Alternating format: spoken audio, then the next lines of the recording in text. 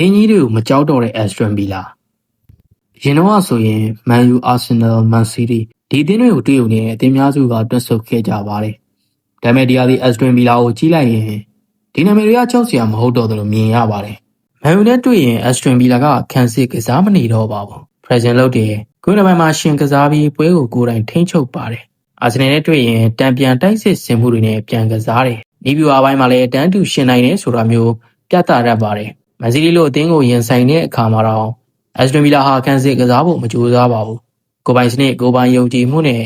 ပွဲကိုရှင်ကစားရဲပါတယ်။ဒီချက်ကပဲ Aston Villa ကိုတခြားအသင်းတွေကခွဲထုတ်ပေးနေတာပါ။ Man U မှာကြီးမားတဲ့ဖိအားရှိတယ်။ Arsenal မှာချန်ပီယံမျှော်လင့်ချက်ကြီးတယ်။ Man City မှာကစံချိန်နဲ့အနိုင်ရတတ်တဲ့အလေးထားရှိပါတယ်။ဒါပေမဲ့ Aston Villa မှာတော့ဘာမှဆုံးရှုံးစရာမရှိလို့ကစားတဲ့စိတ်ဓာတ်ပဲရှိပါတယ်။အဲဒီစိတ်ဓာတ်ကပဲအသင်းကြီးတွေကိုတော့လွယ်လွယ်နဲ့အနိုင်မရစေခဲ့တာပါပဲ။ချန်ပီယံအသင်းတွေမှာသာတွေ့ရတတ်တဲ့အချက်တစ်ခုက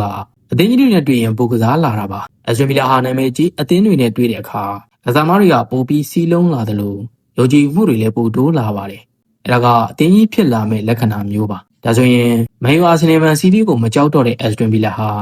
အသင်းကြီးဖြစ်လာနေတာလား။ဒါမှမဟုတ်အသင်းကြီးတွေကိုတုံလို့စီတဲ့ခေတ်သစ်ချန်ပီယံစိတ်ဓာတ်ရှိတဲ့အသင်းလားဆိုတာကတော့ပရီးမီးယားလိဂ်ရာသီကုန်မှပဲသိရပါလိမ့်မယ်။